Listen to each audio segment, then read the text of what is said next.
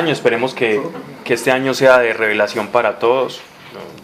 Lo que soy, pues personalmente no quiero repetir como los mismos errores de tiempo atrás, y el Espíritu Santo me ha estado mostrando que este año Él está disponible para actuar en cada uno de nosotros fuertemente.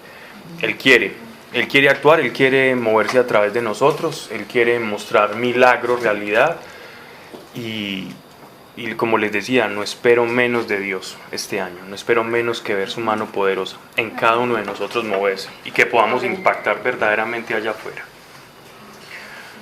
Padre, gracias te damos por estas personas, por cada uno de nosotros que ha escuchado tu llamado, y no tenemos otro propósito estando acá que conocer cuál es tu voluntad, que conocer cuáles son tus designios, cuál es el plan que tú tienes para nuestra vida, entender qué te desagrada, qué te agrada, cómo nos has diseñado a nosotros en ese plan de la creación. No tenemos otro objetivo, Señor, más que conocerte mejor. No queremos levantar una bandera o pensar que sabemos más que otro. Simplemente queremos saber cómo piensas tú, Señor, para ser mejores y para que, conociéndote más, podamos amarte más y responder a tu voluntad. Esa es nuestra única meta con este estudio de las Escrituras y de tu voluntad. No hay otro propósito acá escondido. Escudriña nuestro corazón y vas a ver, Señor, que esa es nuestra meta, que te queremos conocer, Señor. Padre, que no se diga aquí cosa alguna que no esté de acuerdo a tu voluntad, a tu palabra, a tu verdad y a tu realidad. Y si es así, Señor, calla primeramente a quien está hablando. Mas si es para edificarnos y para conocerte mejor y poner tu voluntad por obras, entonces que esta verdad permanezca fuertemente en nuestro corazón y podamos seguirla, Señor, y ser consecuentes con ella, en el nombre de nuestro Señor Jesucristo. Amén. Amén. Bien. Aleja nos iba a decir en qué capítulo terminamos. Isaías capítulo 4, versículo 1. Vamos por el capítulo 4 del libro de Isaías, pero creo que yo me salté una parte, que es el capítulo 3, verso 25 y 26, que deberían estar, en mi Biblia están separados, pero deberían estar dentro del capítulo 4, ¿cierto? No sé si en sus Biblias también. Sí. Están separados, que dice, y tus hombres caerán. Tus gentes caerán a Ok. tus leones. Dentro de la compilación de las Escrituras, ustedes saben que la Biblia era toda no venía por bloques, ni por capítulos, ni por versículos, sino que los monjes, para poder estudiarla y poder hacer digámoslo así, como un estudio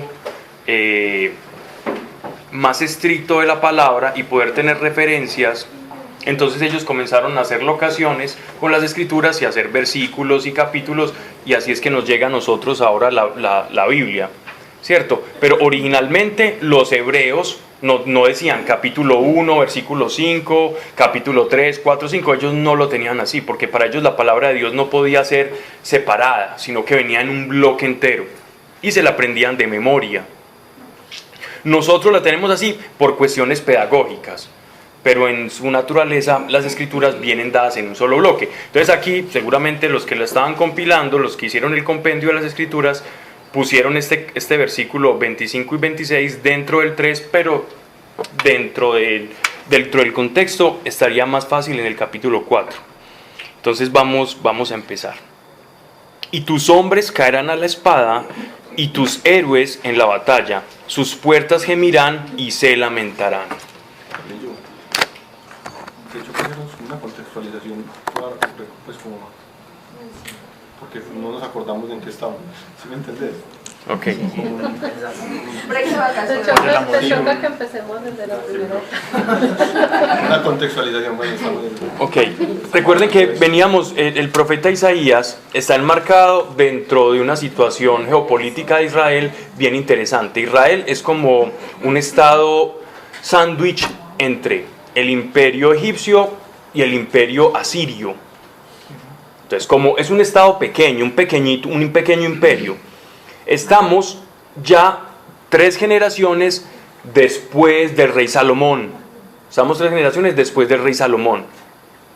Israel tiene un problema y es que se divide Israel del norte e Israel del sur. A la Israel del sur se le llama Judá y a Israel del norte se le llama Israel.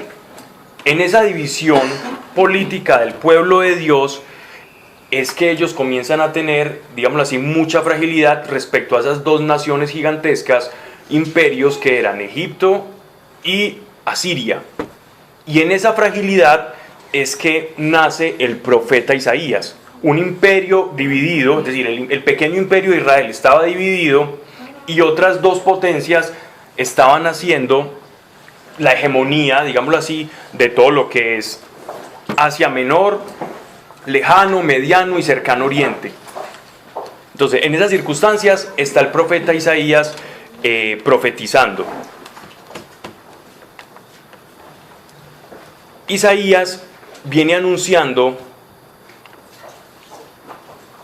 a varios reyes. Él le va a tocar, digámoslo así, como el reinado de varios reyes. El rey Osías, el rey Joatam, el rey Acaz y Ezequías, que fueron reyes del sur.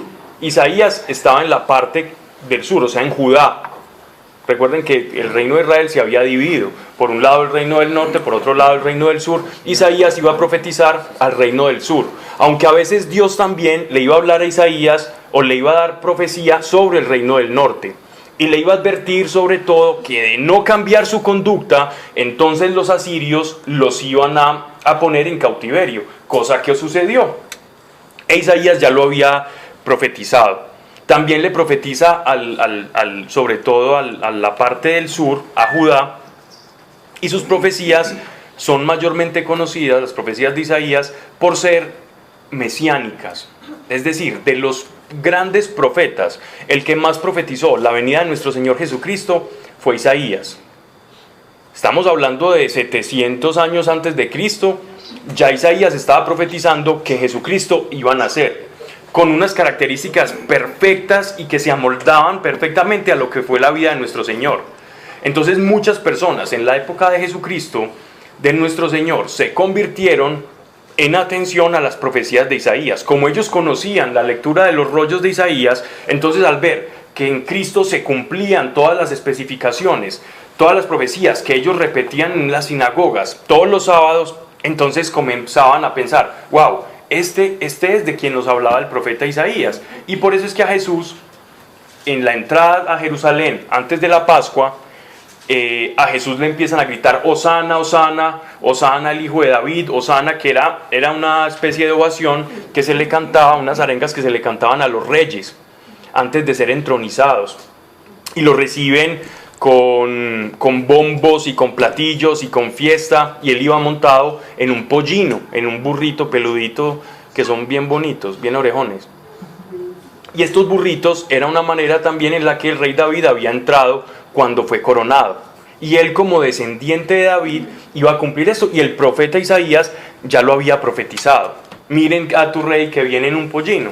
Entonces los que sabían leer las profecías veían que en Jesús se cumplían a cabalidad. También hay otras profecías sobre el Mesías, que son las llamadas las profecías del siervo doliente, donde habla todos los padecimientos que iba a tener el Mesías por nosotros, y dice, molido por nuestros pecados, ¿cierto? Por nuestras transgresiones, como oveja al matadero, que no pronunció ni una sola palabra a su favor. Eran profecías que se hablaban sobre el Mesías. El Mesías también era conocido dentro de Isaías como el retoño de David, o como la simiente de David, como la semilla del rey David, porque del linaje del rey David tenía que nacer el Mesías. Recordemos que el rey David provenía de la tribu de Judá, de la misma tribu de la cual provenía nuestro Señor Jesucristo. Jesucristo era de la tribu de Judá, como tenía que ser. Entonces estamos hablando que Isaías está profetizando en una situación en la que Israel está pasando de ser una nación completamente rica, que todo el mundo respetaba, porque el rey Salomón dejó al pueblo de Israel en una situación económica muy fuerte, como un imperio muy robustecido, pero internamente las personas tenían un descontento con el rey Salomón por cuestión de por intentar ser un imperio muy grande, empezó a subir los impuestos en sobremanera y asfixiar al pueblo, a tal manera que en el pueblo se produjo un quebrantamiento interno, una ruptura, una lucha política entre su hijo y su lugarteniente, y ahí en esa lucha es que se divide el reino, ¿cierto? Su líder militar se queda con el norte y su hijo se queda con el sur. Y ahí es donde empieza ya el declive de lo que había sido el gran imperio de David y de Salomón, empieza en declive casi que hasta la edad actual. El reino de Israel nunca tuvo más esplendor que en la época de David y Salomón, sobre todo en la época de David. Por eso los judíos actualmente ven en el rey David y en la época de David como lo máximo. El sionismo como una figura o como una concepción política actualmente viene también, digámoslo así, como con esa nostalgia de lo que es el reino de David. La lucha por el territorio palestino que ahora tiene el pueblo de Israel es en atención a lo que fue otrora el gran imperio de David. Para ellos su tierra prometida es lo que logró conquistar David. Entonces todos los pueblos que ahora llámese como se llamen, ocupen ese espacio geográfico, para ellos hay que quitarlos, porque esa es la tierra de ellos, esa es la tierra prometida. Entonces esa es la lucha digámoslo así, como del sionismo. Y tiene otros ingredientes, pero no vamos a extendernos en eso, porque hay cosas ahí que son más políticas que espirituales. Pero en síntesis, la situación en la que le toca profetizar a Isaías es una situación compleja en la que el pueblo está perdiendo esa autoridad como potencia del Medio Oriente y está convirtiéndose en un pueblo dividido y con problemas morales y religiosos. Los sacerdotes ya se están acostumbrando, digámoslo así, como a las riquezas. Hay un acaparamiento de riquezas por parte de algunas personas en desatención de los pobres, en desatención de las viudas. Ya el culto, como Dios les había enseñado en el desierto, se está empezando a violar ese culto, y ellos como pueblo escogidos empiezan a ser comparados como una vid, es decir, como un viñedo en el que Dios lo plantó y después ese viñedo no está dando los frutos que Dios quería que dasen. Y él ya lo va a decir a través de unas palabras en el capítulo 5. Entonces, a Isaías no le queda fácil. Isaías tiene una cadena de profecías de más de 60 años. Él se la pasó 60 años profetizándole a todos estos 4 reyes en la corte. Isaías nace dentro de la corte. El nombre Isaías significa Dios salva. Isaías es casi como el mismo nombre de Jesús, ¿cierto? Y significa Dios, o la salvación viene de Dios, porque él era un profeta que iba a anunciar la salvación, tanto la salvación mesiánica por medio del Mesías, la redención completa del pueblo de Israel, como también que el pueblo de Israel volviera a tomar las riendas como un pueblo sacerdotal, como tenía que ser, porque Dios había puesto a Israel dentro de las naciones como un pueblo sacerdotal. ¿Qué significa que Israel era un pueblo sacerdotal? Que Israel lo tenía que representar a él. Él había sacado la santidad. Cuando nosotros leemos santidad en el Antiguo Testamento, santidad no significa una persona moralmente inmácula, que no se equivoque, que sea moralmente muy bueno, como nosotros a veces concebimos la santidad. La santidad para ellos significaba que Dios observaba algo dentro de la creación y lo apartaba para sí. La santidad en el contexto del Antiguo Testamento es: Dios mira algo y lo separa. Exactamente, eso es santidad. Yo lo aparto. ¿Lo aparto por qué? Porque tengo un propósito específico para hacer con él. Dios no aparta necesariamente lo mejor. Es evidente. Pero eso es lo que hablaba el año pasado, hace unos meses, de la discriminación. El tema discrimina. Exactamente. Dios discrimina. Entendiendo discriminación como en su sentido etimológico literal. No como nosotros hemos llevado la palabra discriminación, como discriminar es como peyorar algo. No, la palabra discriminar o separar es simplemente yo separo lo negro de lo blanco, esto aquí, esto de aquello. Eso es todo. ¿Se han visto que hay gente que come todo por separadito y hay otros que mezclan todo. Entonces se podría decir que el que come todo separadito está discriminando su comida. Y no es que le esté diciendo, ay, es que la carnita es mejor que este. Bueno, hay algunos que sí, Andrés. Que dejan la carnita para lo último. ¿Han visto? Sí. Ok. Entonces, Dios separa, en ese concepto, contexto de santidad, Dios separa al pueblo de Israel para darles un mensaje. ¿Cuál era el mensaje que tenía que dar el pueblo de Israel al mundo? Existe un solo Dios, porque todo el mundo contemporáneo a Israel, estamos hablando de 700 años antes de Cristo, en el mundo antiguo, la idea de un solo Dios era enfermiza. Pensar en un solo Dios era estúpido. ¿Cómo es posible que existe un solo Dios? No, existe un Dios para el amor, existe un Dios para la fertilidad, existe un Dios para la guerra, tiene que existir. Y entre más dioses tenga, entonces el imperio es más grande. De hecho, se conocía lo grandioso de un imperio por la cantidad de dioses que tenía su panteón. Por la cantidad de dioses se medía lo grande, lo alto de un imperio. Los griegos, entre más dioses tenían, era mejor, porque eso significa que tenían un conocimiento mucho más grande y más favores podían tener de todos esos dioses. Y entre más dioses conozcamos, más nos pueden ayudar. Entonces todos los pueblos veían a Israel por debajo, porque decían, ¿cómo que un solo Dios? ¡Qué pecado! Nosotros tenemos 20, ellos solo tienen uno. Entonces los veían como algo como lamentable, ¿no? Un pueblo con un solo Dios, qué pesar. No, mientras ellos solo tienen uno de qué pegarse, nosotros tenemos muchos.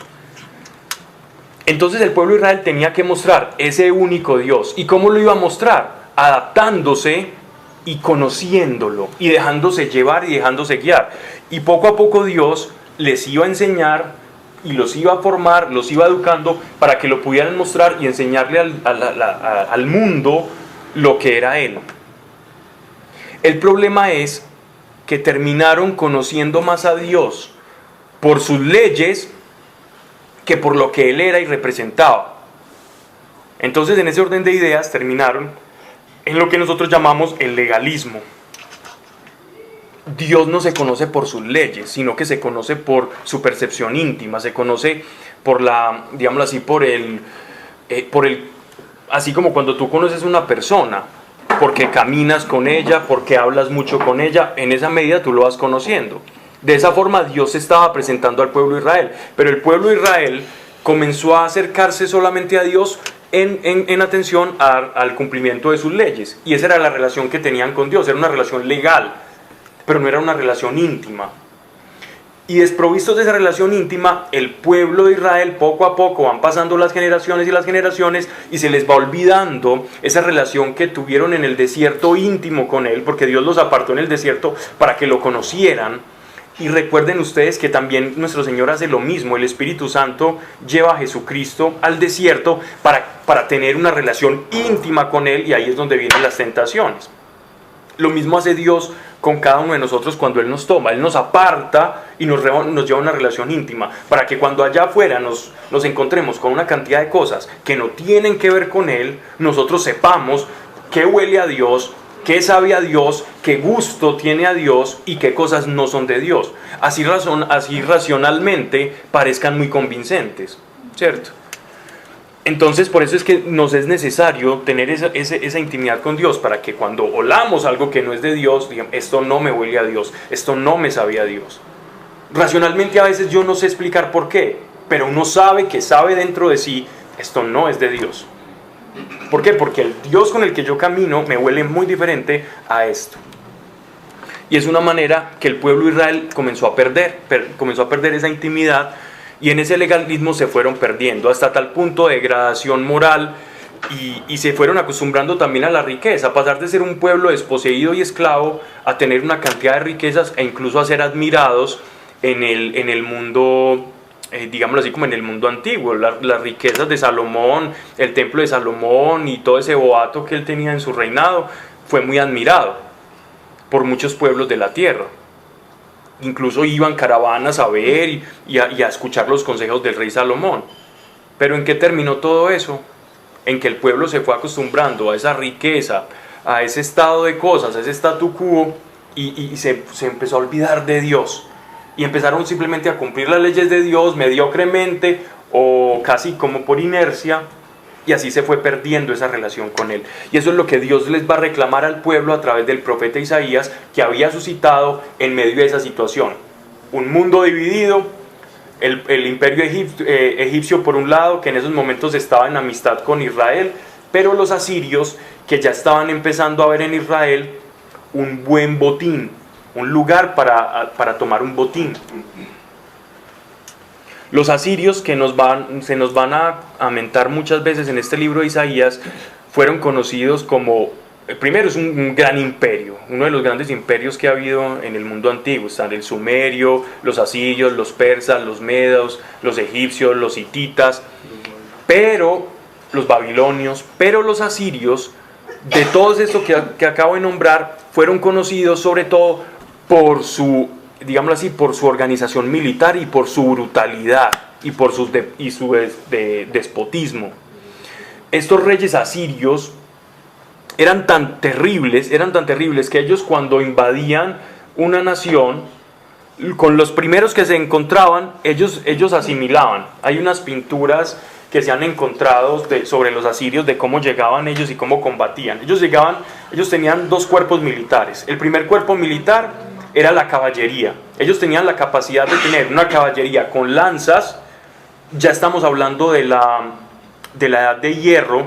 Eran lanzas de hierro, porque ellos heredaron de los hititas, digámoslo así. Ellos hicieron el tránsito de la edad de bronce a la edad de hierro gracias a la conquista de lo que se llama Asia Menor, actualmente Turquía. Ellos conquistaron, su imperio llegó hasta esa región, de allá toman el trabajo metalúrgico del hierro y podían hacerse unas armas y conquistar. Pues el hierro era, digámoslo así, como lo más fuerte y lo más agresivo para atacar, porque las armas de bronce bien se doblaban, bien no tenían la misma eficacia. Entonces estaban los caballos, eran carruajes reforzados, tirados por 3 caballos, había un arquero y había uno que iba con lanza. Entonces se iba una cantidad de caballos de esos y después lanceros detrás. Y en ese orden, ellos invadían una ciudad y ellos decían que llegar a una ciudad era como ir y talar árboles y como ir y colonizar ciudades. Entonces la primera orden que tenían ellos era cortarle la cabeza a todo el que se encontraran. Entonces cuando pasaban los asirios, uno veía una cantidad de cuerpos sin cabeza, todos decapitados, porque para ellos eran como árboles que habían que podar, como los árboles que nosotros podamos, así podamos a las personas. Y el rey generalmente encabezaba la primera incursión militar de los asirios, siempre estaba encabezada por su rey. Y después tomaban mujeres y hombres y jóvenes y los volvían esclavos. Y los regresaban a Siria, a los territorios conquistados asirios, en cadenas para que trabajaran y labraran la tierra. Y así ellos fueron conquistando un gran imperio y eran muy temidos por eso. Más que los sumerios, más que los egipcios. Una pregunta pues muy sencilla, pero sí. ¿Qué época estás hablando ahí de la época pues, de que estás hablando en este momento? Estamos hablando del imperio asirio como tal. Estamos hablando de 700 años antes de Cristo, pero el imperio asirio tuvo mucho antes y mucho después de apogeo, ¿cierto? El imperio asirio cae en época de un profeta que se llama Habacuc. Y vemos que él habla incluso de la caída del imperio asirio. Baruc. Él habla de la caída del imperio asirio. Incluso él dice, ay, tú cómo eras, y habla de Nínive y la caída de Nínive, que era como la ciudad más bonita que ellos tenían, y cómo cae y todo, como ese orgullo y esa soberbia que ellos tenían como un gran imperio. Y después los persas, los medos y los babilonios terminaron como con esa hegemonía que los asirios tenían. Pablo, cuando la orden de Dios era directa de no dejar sobrevivientes ni nada, me imagino que ellos también... Israel prácticamente Israel también era muy... Pero eran diferentes. ¿Por qué la forma? Sí, era diferente, la forma era diferente. Estos tipos era crueldad, era mostrar el terror, era sembrar terror. Los asirios siempre fueron conocidos por eso, y les tenían mucho miedo a su ejército. Y luego, bueno, ellos tienen 3 etapas, tienen 3 periodos, uno que fue el de cuando iniciaron, un periodo de esplendor y otro de la caída, que por como siempre las caídas terminan cuando hay divisiones internas. Los asirios a través de muchas divisiones internas terminaron sucumbiendo. Ok, pero no hablemos más de eso, que yo creo que lo tocaremos más adelante. No sé qué tan contextualizado estamos, ¿bien? Súper bien, Pablo. Gracias, Pablo. Ok, ahora sí, capítulo 4. Porque es que si repito la primera clase, ahí nos quedamos. No, listo. Vale. Ah, no, capítulo 3. Bien. Verso 25. Un montón de referencias. Y tus hombres caerán a la espada y tus héroes en la batalla. Sus puertas gemirán y se lamentarán. Estamos hablando acá de Israel del sur, o sea, Judá. Miren pues, esto, capítulo 4, viene conexo a lo que acabo de leer. En aquel día, 7 mujeres echarán mano a un hombre, diciendo: comeremos de nuestro pan, nos vestiremos con nuestras ropas, pero que podamos llevar tu nombre, quita nuestro oprobio. Nos hacen 2 referencias. Lo primero que acabo de leer de las ciudades, sí, oprobio, deshonra. Sí, es que me acordaba que era oprobio. Es como si el profeta estuviera hablando de una manera metafórica. Él está dándole como si Jerusalén fuera una persona. Él está hablando como una manera fabulesca, como si Jerusalén fuese una persona, y era conocido de las ciudades orientales que generalmente tenían unos portones gigantescos. Jerusalén tenía la puerta de Jerusalén donde llegaban todas las caravanas y ahí confluía toda la vida social de una ciudad. Incluso las festividades se celebraban ahí, era donde se conocían los chismes, era donde la gente comerciaba, era donde los extranjeros llegaban allá y se hospedaban, allá es donde estaban, digámoslo así, como las hospederías. Entonces era un lugar de mucha convulsión social. Y él está diciendo, el profeta, que las puertas de Jerusalén van a llorar. Como si las puertas de Jerusalén fuera una entidad viva y la puerta fuera la boca. Y la boca que había visto la gente, que había visto todas estas personas chismorreando, molestando, comerciando, en esa felicidad, en ese bullicio, de un momento a otro iba a quedar desolada. Entonces es como si la ciudad se hubiera lamentado de la soledad que está viendo y que nada va a quedar. Esta soledad viene acompañada ya en el capítulo 4, verso 1, que dice: en aquel día 7 mujeres echarán mano a un hombre. ¿Qué quiere decir? Que estuvo desolada por guerra. ¿Quiénes son los que combaten? Los hombres. Entonces, si los hombres combaten, las mujeres, queda una ciudad llena de mujeres y sin hombres. Y en una ciudad llena de mujeres y sin hombres va a pasar esto. En aquel día 7 mujeres echarán mano a un hombre diciendo: comeremos de nuestro pan, nos vestiremos con nuestras ropas. ¿Por qué? Porque en el Deuteronomio, dentro de la vida social y familiar, está que el hombre, el patricio, el pater familia, el padrón de la casa, es el que tiene que suplir las necesidades del hogar. Las mujeres no tenían que trabajar por el pan. Las mujeres, con el sustento que el hombre traía, ellas hacían el pan, ellas hacían los trabajos, digámoslo así, de la casa, de la educación, no de la Torá de los hijos, porque esa sí era de los padres, pero sí educaban a los hijos en cuestiones del hogar y en ciertas cosas. Al padre le correspondía la edificación espiritual. En Israel la tenían muy clara los papás. Era una obligación del papá, del hombre, del varón, enseñarle al hijo la fe. Era el papá que se sentaba con el hijo y venga, esto es así, y vamos a repetir: Shema Israel Adonai Elohei. Entonces el niñito repetía, y cuando él repetía bien, el padre le daba algo dulce, finalmente le daba miel. Y si él le repetía mal, el hijo se inclinaba y él le daba con una varita en la espalda. Esa era la manera, digámoslo así, poco ortodoxa para la educación que nosotros tenemos ahora, pero era la manera en que ellos podían tener la tradición viva, en que los niños pudiesen repetir con claridad lo que era la tradición oral.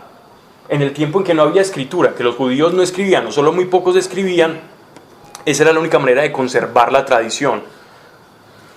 Entonces, así las cosas, el hombre tenía también que proveer a la familia.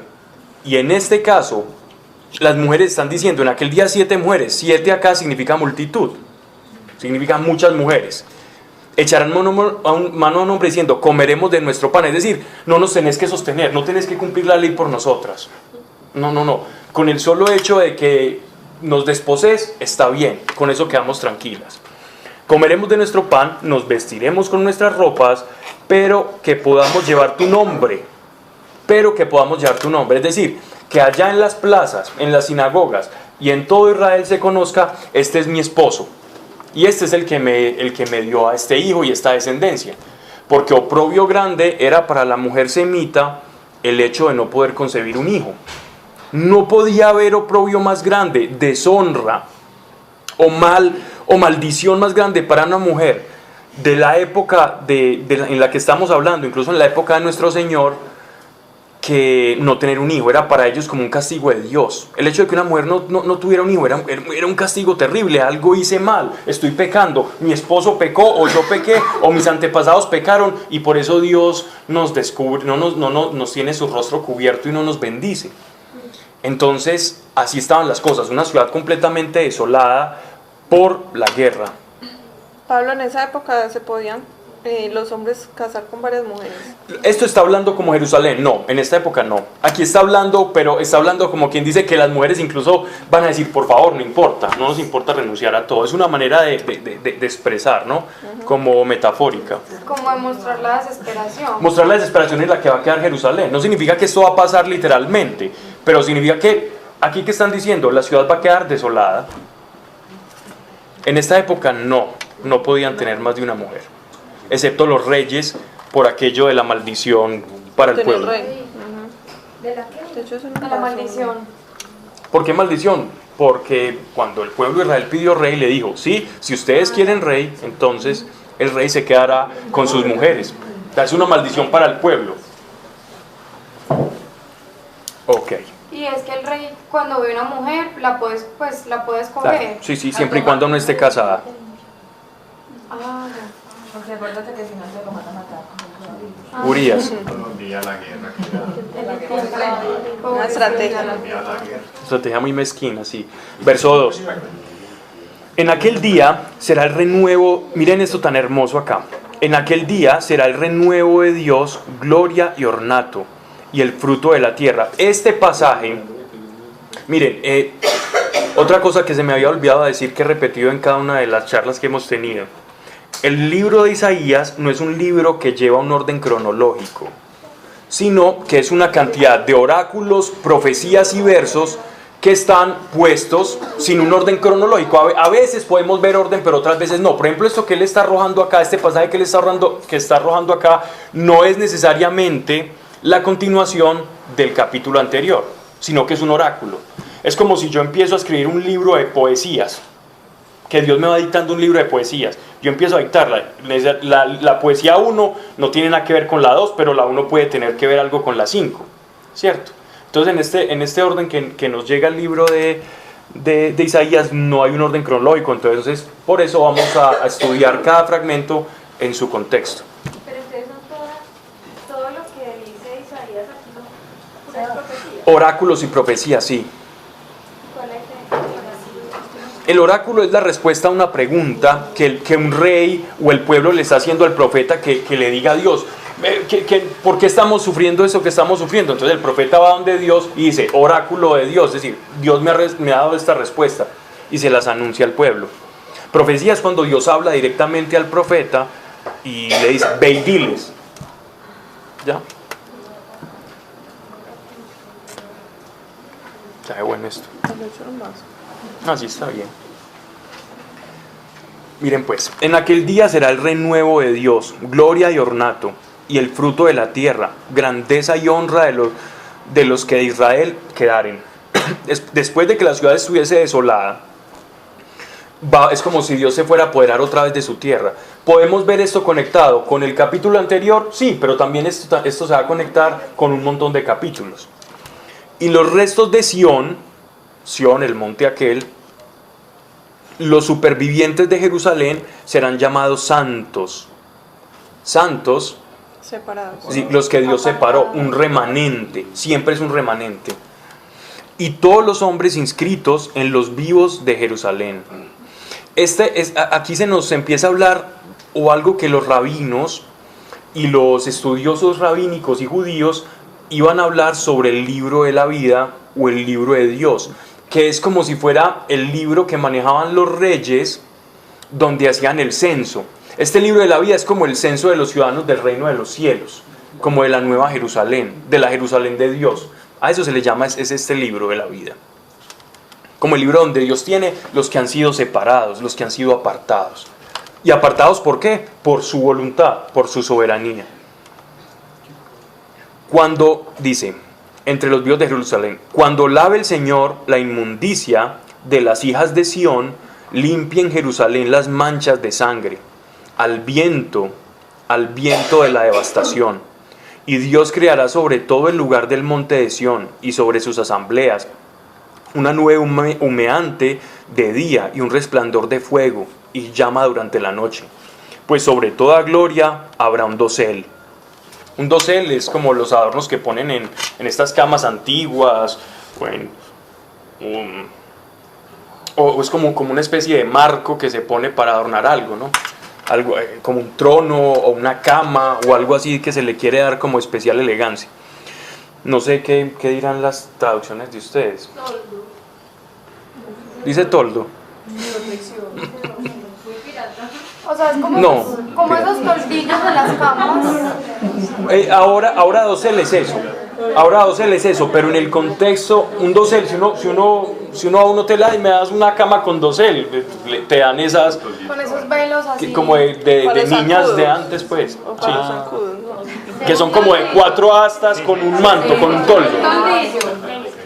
Ahora se le llama dosel a eso, pero dosel también es, en el marco de las cosas religiosas, es como esos digámoslo así, como cosas hechas en madera o en mármol o en piedra, muy talladas, que se ponen encima de un trono, de una cama, de algo así que se le quiere dar como, wow, esto es que se vea ponderante, que sea algo fuerte. Y una tienda como sombra de día contra el calor, y como refugio y abrigo contra el turbión y el aguacero. Bien, este pasaje que nos está dando aquí Isaías, él está diciendo, después de que va a haber una devastación que la va a haber en el pueblo de Israel, es decir, va a haber una purificación de quienes no están conmigo serán separados y quienes están conmigo serán renovados y me conocerán íntimamente, al igual que me conocieron en el desierto. Todos estos adjetivos que está dando acá del fuego y el humo son características de las que gozó el pueblo de Israel cuando estuvo en el desierto, cuando iban moviendo el tabernáculo, que era donde se manifestaba la presencia de Dios. Recuerden ustedes que Dios se manifestaba como fuego y como humo, y la presencia de Dios sensible era muy fuerte dentro de ellos, y eso les daba a ellos, digámoslo así, como esa experiencia sensible de Dios que los hacía sentirse seguros. Entonces Dios les está diciendo, miren, a ese remanente, a esa gente que va a quedar, que verdaderamente me quiera conocer de corazón, a esos santos, a esos separados, yo me les voy a manifestar en ese mismo nivel de intimidad, en esa proporción. Vale, entonces uno podía traducir ahí dos cosas. Una, o que estarían hablando ahí como igual como que estuviera aprendiendo lo del Apocalipsis. Que fuera como escatológico. Pues, no sé, que es escatológico. Es eso que estás diciendo. Traducción Sebas. Como el estudio al final de los tiempos. O lo otro es que, como tú habías dicho, que él hacía como relación igual a todo lo que sería hoy en día, es como Dios destruye todo para volverlo nuevo. Ambas, estás muy bien. Se puede entender de esas dos formas. Escatológico, esa profecía, y también para la manera en que Dios actúa. Tanto actúa con ellos, tanto como actúa con nosotros. Claro que como iglesia nosotros tenemos una ventaja, y es que el fuego y el humo están dentro de nuestros corazones. El fuego de Dios y el humo, es decir, su presencia sensible, está dentro de nosotros. Para ellos era algo muy externo. Para ellos la vinculación interna de Dios era una cosa, era una herejía. Cuando Jesús decía, y cuando a él le preguntaban, Señor, muéstranos al Padre, y él les decía, tanto tiempo has caminado conmigo y no me has visto. Para ellos era inconcebible que Dios tratara en esa intimidad con el ser humano. Mas en el corazón de Dios desde el principio ha estado tener una intimidad muy profunda con el ser humano, casi ser uno con el ser humano. Entonces ellos no entendían eso. Ellos siempre vieron a Dios como el Dios por allá que nos bendice y nosotros sus súbditos leales que vamos a cumplir todos los preceptos y todos los mandatos para que Él no nos elimine ni nos mande fuego del cielo. Y no comprendían eso, era muy difícil para ellos comprender eso. Y Dios a lo largo de la historia les iba manifestando. Y cuando llegó nuestro Señor, el Mesías, que ellos tanto estaban esperando, y les dice, miren lo que es Dios, esto es Dios, y les empezó a predicar las verdades del reino y de su Padre, que era su Padre, del pueblo de Dios, ellos antes se escandalizaron. Porque no concebían ni tanto amor, ni que Dios se bajase tanto. Teníamos una relación de miedo. De temor y una relación muy externa, de inaccesibilidad hacia la deidad. Mientras que Jesús lo que está diciendo es que la deidad se hace hombre y se embarra. Y es más, sufre sin decir nada por todos ustedes. Sufre de ustedes para ustedes. Entonces es como, los judíos no soportan eso. Dios no se puede rebajar tanto, no se puede rebajar tanto. Y esa es la condición del amor, ¿no? Y una tienda como sombra de día contra el calor y como refugio abrigo contra el turbión y el aguacero. Es decir, van a conocer otra vez a un Dios personal que los va a cuidar y ellos se van a sentir sensiblemente cuidados y adoptados. ¿Y eso cuándo iba a pasar? Eso iba a pasar después del cautiverio, después de que el imperio asirio llegara. Todavía no ha pasado. Todavía los asirios están tranquilitos planeando cómo entrar a Jerusalén. De hecho, no pueden entrar a Jerusalén. Los asirios nunca acaban con Israel norte, pero con Judá no pueden. Se alcanza a salvar Judá. Y los que se salvan de Judá es este remanente de los que nos está hablando él. Y de ese remanente van a ser el Mesías.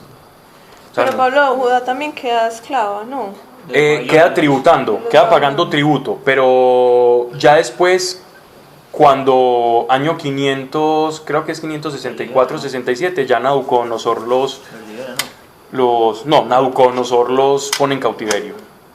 Pablo, cuando decías del norte, sería que tienen la relación con el tema del lugarteniente que se fue para el norte porque tenía poder militar. Ajá. Me imagino que por el tema de enfrentamiento era más obvio un enfrentamiento de pronto al norte, ¿o qué? Sí, pero geográficamente era más fácil para los asirios conquistar a Israel que a Judá. Y empezaron con Israel y Israel y Asiria empezaron negociando. Y en esas negociaciones no se quiso involucrar Judá. Y después de esas negociaciones los asirios aprovechan y entran a Israel y devastan todas las tribus de Israel. Y solo queda Judá y la tribu de Leví. Solo quedan, digámoslo así, como conocidas, ocupando la tierra prometida. Y el resto de tribus queda en la diáspora, queda distribuida por todos los confines del imperio asirio, que era muy grande. Y ya después, Sola, es cuando Israel se queda sin país real. Se queda como está profetizando acá. Que las mujeres van a querer buscar, que una mujer, 7 mujeres van a querer pegarse de un solo hombre porque ya no va a haber hombres. Pero perdón, sí. Pero Sí. es que me quedé pensando en lo que dijiste de... Entonces cuando Jesús nació, ya eran otra vez esclavos. ¿Ahí era cuando Judá había vuelto a ser esclavo o estaba solo tributando? En esos momentos no era esclavo, ni Pero tampoco cuando ya Israel. nace Jesús, está siendo todavía esclavo. Está siendo esclavo, pero de los romanos. De los Pero romanos. ¿eran esclavos o tributaban? Tributaban. Pero no eran esclavos. No. Se les aplicaba el jus gentium, pero el jus gentium era una pseudoesclavitud. Era una esclavitud económica, pero no era una esclavitud como el esclavo raso, romano, latino, que eran tratados como unas cosas. No, había una especie de tratados para ellos diferente, ¿cierto? Siempre y cuando les tributara. Si no le tributaba, venga para acá, yo puedo hacer con usted lo que quiere. Siempre y cuando usted me dé mi dinero, no pasa nada. Y ya después de los romanos, es que llega pues la famosa toma de Jerusalén, porque hubo una revuelta en el año 70 y fue el acabose, que se cumple la profecía de Mateo 24. Bien. Sigamos. ¿Qué viene? Capítulo 5, ¿verdad? No me equivoco. Bien. Este pasaje, el marco de este pasaje es la fiesta de los tabernáculos. La fiesta de los tabernáculos se hacía en otoño, por ocasión de las primeras, digámoslo así, como las lluvias otoñales y las cosechas y las vendimias. Entonces, en esas festividades ellos tomaban, cantaban, llegaban los bardos, los juglares, se cantaban canciones, se embriagaban. Y aparte de eso, pues celebraban las festividades religiosas. Ustedes habrán escuchado en los mandamientos de nuestro Señor cuando dice, y santificarás las fiestas. ¿Cierto? Santificarás las fiestas es en atención a las festividades judías. Una de esas festividades era la fiesta de los tabernáculos. Y cuando dicen fiestas es que se celebraba, se cantaba, ellos hacían tiendas de campaña, las hacían como en helechos, recordando, remembrando cuando ellos vivieron en el desierto. De esa misma forma, entonces ellos llegaban de todas partes de Israel, se reunían en Jerusalén y hacían alrededor del templo una cantidad de cabañitas y comían, partían y cantaban y hacían, digámoslo así, también predicaciones. Todo como en orden a como el Señor se los había dicho. Pero la intención principal era la celebración. Las fiestas eran de celebración. Excepto la Pascua. La Pascua tenía una connotación de amargura. Y por eso el panásimo era una celebración, pero con cierta amargura, recordando que Dios los sacó de la esclavitud. Y eso es lo amargo de las especias, y el panásimo es para ellos acordarse de que Dios los sacó de la esclavitud y de la amargura de ser un pueblo esclavo a un pueblo libre. Bueno, entonces, este es como un cántico, esto es como que el profeta, si vemos en Isaías, vemos un profeta supremamente versátil, vemos un profeta que canta, que da poemas, que Dios le habla de muchas formas. Entonces esto aquí es como una poesía cantada. Si nosotros leemos este pasaje en hebreo, tiene rima. Imagínense ustedes la celebración de la Pascua, todos ahí metidos en sus chocitas, unos cantando, otros hablando de cosas religiosas, otros comerciando, en una Jerusalén llena y toda activa. Y de pronto el profeta, en medio de la multitud, comienza a cantar y da la siguiente canción o la siguiente rima, Pablo nos la siguiente trova. Por favor. Les canto en hebreo, pero si hay traductor. Yo voy traduciendo acá, yo voy leyendo lo que dice, esa es la traducción, Pablo. Y el de los coros. No vinieron de Rosado. Si usted... Los cánticos, los salmos, por ejemplo, los salmos es muy bonito porque cuando tú escuchas los salmos en hebreo, tienen la rima y tienen los tonos y las pausas y los momentos silentes que, digámoslo así, que vienen desde el original. Entonces uno cuando lee los salmos son muy bonitos, cuando los escucha en hebreo son muy bonitos porque tienen eso. Incluso se han perdido muchas de la métrica, digámoslo así, como de los salmos. Se ha perdido mucho, hay cosas que nosotros no sabemos cómo están. Y hay muchos judíos que hay tratados impresionantes de cómo se deben cantar los salmos. Pero hay ciertas cosas que sí se han perdido como en el tiempo, pese a que hay muchos eruditos en el tema, si hay cositas que no sabemos cómo se pronunciaban o cuánto había que esperar, aunque hay muchos pues que se encargan de estudiar ese tema. Gente especializada que hacen doctorados en salmos, ¿no? Es una cosa bien seria. Pablo, ¿en algún momento vamos a estudiar los salmos? Si quieren, sí. Pero es que...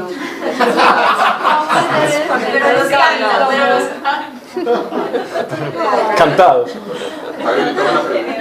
Yo estaba aprendiendo de los benedictinos. Benedictos, ¿esos salmos son en hebreo o en qué?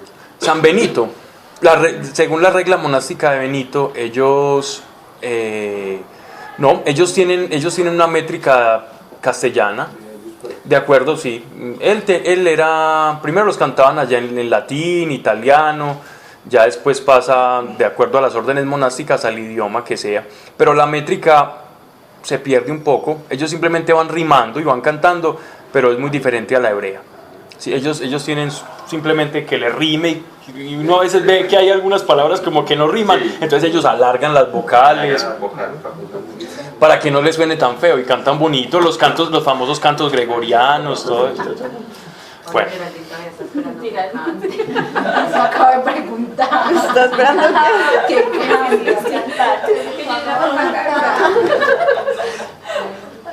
Eso es fe. De los pocos dones que yo tengo es el canto.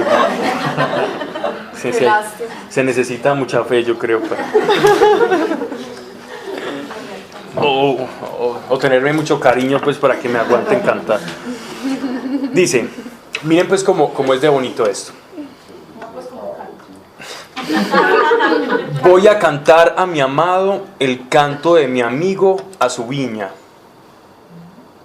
La canción que va a cantar aquí el profeta Isaías es la de su amigo. ¿Quién es su amigo? Dios.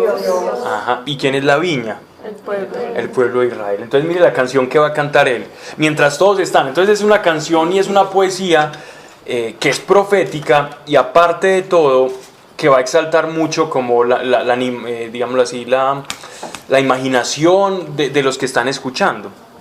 Y miren que Jesucristo hablaba mucho en estas claves, de esta manera de parábolas, para que las personas se imaginaran, y en esa imaginación uno siente y puede vivir lo que está ocurriendo, y va a conocer el principio. Porque si algo tenían los judíos, como le he estado diciendo, es que eran muy legalistas. Entonces esta forma de narrar las cosas los hacía alejarse de la ley y alcanzar el principio de la realidad de Dios. Una cosa es una ley y otra cosa es el principio que rige a esa ley. Voy a cantar a mi amado el canto de mi amigo a su viña. Tenía mi amado una viña en un fértil recuesto. La cavó, la descantó. Descantó es quitar las piedras y todo lo que esté estorbando. Es como decir limpiar. Despedregado. Okay. Limpio de piedra. Y la planta. Ahí sí no rima nada. Sí, porque un canto es la piedra de río, pues es como esa piedrita que llaman el canto. Y la plantó, descantar, quitar las piedras. Y la plantó de vides selectas, o sea, de viñedos, pues de... Dice con las mejores cepas. Exacto. Somos nosotros.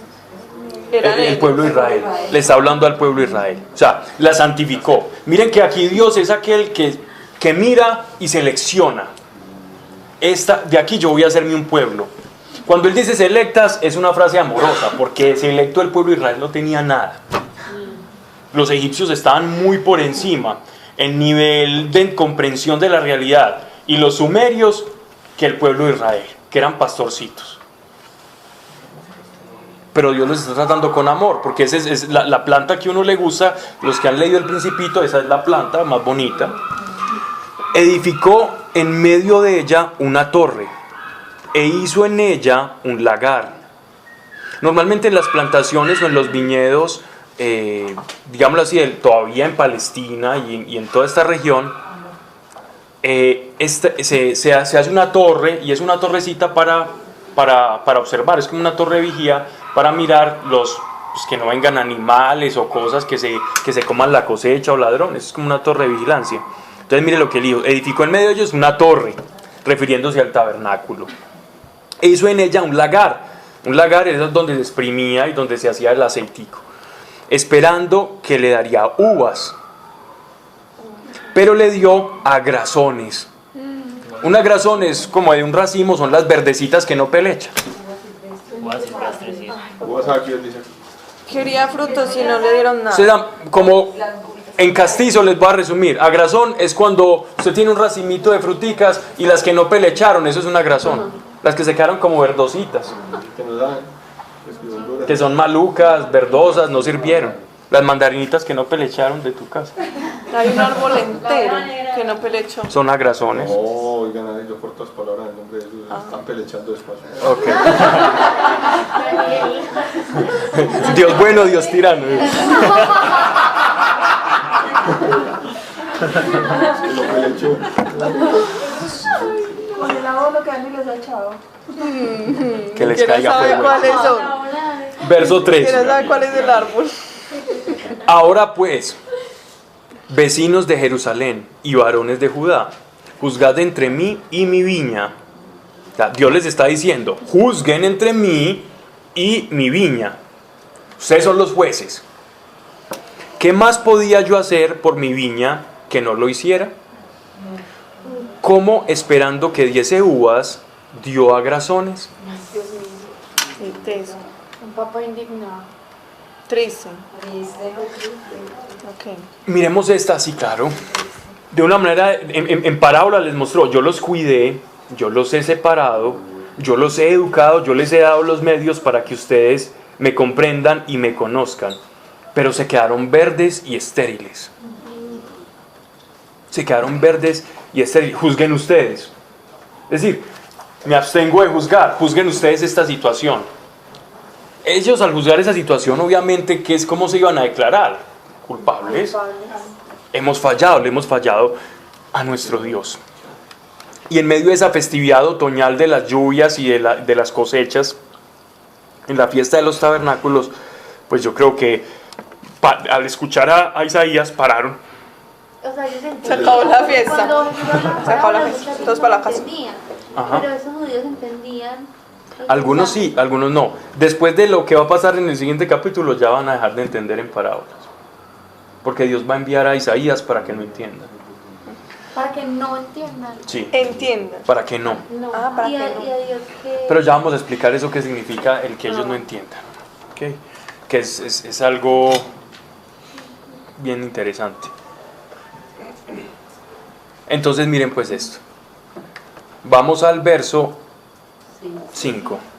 Miren que nuestro Señor tomaba mucho de estas parábolas de Isaías. Por eso dice, Isaías es al Antiguo Testamento como la carta a los Romanos es al Nuevo Testamento, que es como un compendio donde uno puede encontrar prácticamente toda la doctrina del Antiguo Testamento resumida en Isaías, así como digamos así, la doctrina cristiana, la doctrina después de con la llegada del Mesías se comprende en la carta a los Romanos.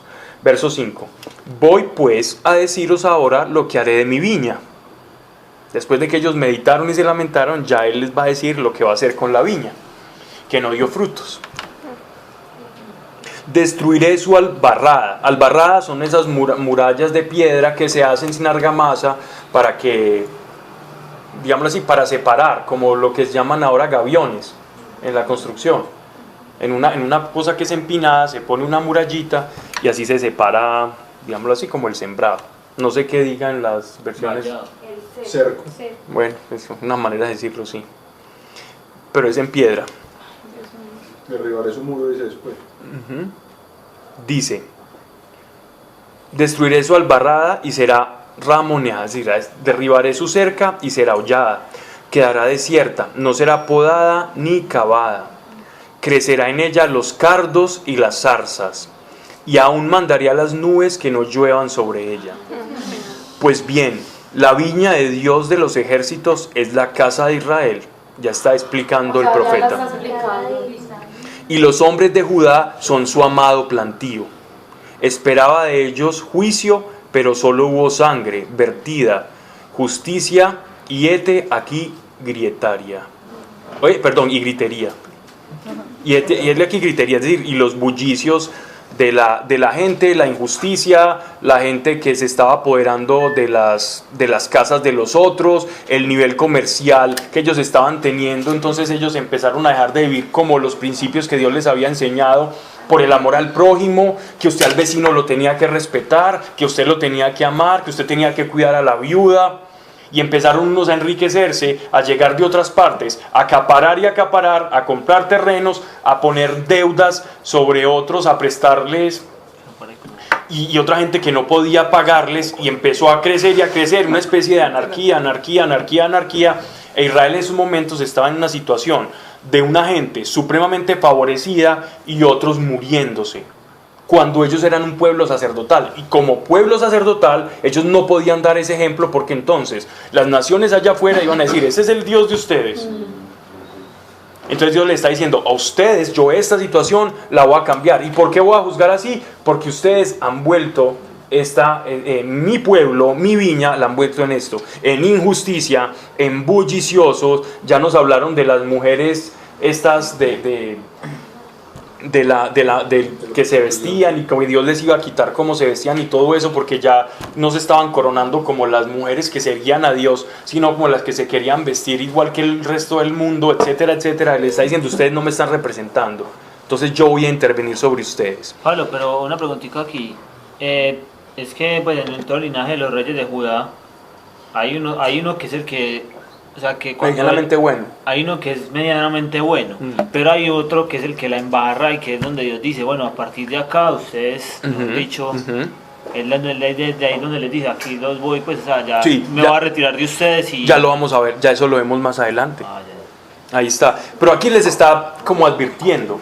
Aquí les está advirtiendo: miren hacia dónde van. Miren hacia dónde van. No les había dado el ultimátum. Ahí les ha ido: miren hacia aquí en esta, cuando se dio esta profecía, no estamos hablando ni siquiera de que Asiria ya había conquistado al norte. Es antes incluso de eso. Y es antes de Acaz. Y miren ustedes cómo se refiere: que hará desierta, no será podada ni cavada. Es decir, cuando ellos lleven al cautiverio, es decir, allá no va a quedar nadie. Incluso en otra profecía después les va a decir que hasta los cabritos van a estar comiendo y pisando donde ustedes están pisando ahora. ¿Por qué? Porque donde antes había una casa, ahora va a haber, eso se va pudriendo, se va quedando, maleza, y pasan las cabritas y se comen esa maleza. Como decirles: ustedes quedaron desolados. Qué analogía tan fuerte. Impresionante. Miren, y ya les va a ir explicando el contexto del por cual ellos dejaron de ser la viña y se quedaron verdes. ¿Por qué ellos quedaron así? Él les va a explicar por qué. Verso 8. Hay de los que añaden casas a casas, de los que juntan campos y campos hasta acabar el término, siendo los únicos propietarios en medio de la tierra. Se empezó a dar ese fenómeno, sobre todo por los que empezaron a prestar. Entonces, ¿qué pasaba? Normalmente Dios les había dicho, cuando uno lee en el Éxodo, en Deuteronomio y en Números, está muy explícito que el pueblo de Israel, la manera que va a fomentar su economía, va a ser una economía fundamentada y basada en la herencia y en la familia y herencia. Lo que usted va a tener es porque usted lo va a heredar. Toda familia tiene derecho a trabajar una parte de la tierra. Por derecho, usted es ciudadano de Israel. Bueno, la palabra ciudadano no había sido acuñada. Usted es del pueblo de Israel. Usted tiene derecho a una porción de tierra. Porque si usted es pueblo de Dios, usted es un mero mayordomo. Ellos se consideraban, si uno lee el Antiguo Testamento, el pueblo de Israel, la tierra le pertenece a Dios. La tierra prometida es de Dios, la tierra no es de ustedes. No. Si se parece un poquito, nada que ver. Pero ¿en qué sentido? ¿En qué sentido él le está diciendo? Es decir, la propiedad es de Dios. Entonces el socialismo ya reñiría con eso, porque la propiedad para ellos es del Estado, en el socialismo. En el comunismo el Estado tiene que desaparecer y ya se vuelve una comunidad primitiva, pues, o como las comunidades primitivas. Pero en este caso es Dios el dueño de la tierra. Y Dios les dice: yo les entrego esta tierra a sus generaciones. Entonces usted como familia tiene que cuidar esta tierra y usted se la va a dejar a sus hijos. El fruto de su trabajo usted se lo deja a sus hijos. Toda persona que sea el pueblo de Israel tiene derecho a tierra, excepto los levitas. Entonces su economía estaba basada en un sistema más bien como de nosotros somos mayordomos de Dios. Pero todos tenían la misma porción. No. Porque ahí cómo se repartían. Dependiendo de la herencia de las familias. Dependiendo de lo grande de una familia. Pero igual, el número de tribus. Exactamente, por eso es importante tener descendencia. Pero igual cada tierra no le pertenece a todos, sino que cuando usted es un hijo, usted ya tiene su pedazo de tierra y usted se queda con su pedazo de tierra y usted la cultiva. Esa tierra ya no le pertenece al padre, pero esa tierra sí le va a pertenecer al hijo. Y así sucesivamente era que se cuidaba como la economía de Israel y como está basada en el Sinaí. Si uno se va a ver, ese modelo de economía es muy justa. Y es una economía que va en contra del egoísmo. ¿En qué sentido? En que ellos no se saben poseedores de esa tierra, sino meros mayordomos. ¿Y tributan al Estado? No. Que todos tenían derecho, era más por amor. Ellos diezmaban, Y ¿cierto? mantenían a los levitas. A los levitas, a los sacerdotes. No tenían heredad. Porque ellos no tenían tierra que produjera. Pero entendamos que en este tiempo ellos no tenían moneda, ¿cierto? Ellos no tenían moneda, ellos intercambiaban cosas. Era una economía perfecta, Pablo, donde todo el mundo estaba bien. Esa era la idea de Dios, que todo el mundo estuviera bien, ¿no, Pablo? Pues más de que hubiese amor. justicia. Era una economía donde Dios es el dueño de todo y usted le tiene que responder a Dios. Y a sus hijos usted les tiene que responder por lo que haga, para que usted le deje a sus hijos. Que usted piense en sus hijos, en su descendencia, y que usted no se sienta dueño de nada. Más gordas son las buenas. Exacto. Y cuando usted no es dueño de nada, entonces yo creo que usted se le quita esa carga y ese egoísmo. La tierra es de Dios. Cuesta dormir tranquilo, no va a pensar que el aguacero le va a tumbar todo. Y en esa medida usted va a entender cuando Dios les profetizaba. Miren lo que Él les acaba de decir en el poema anterior.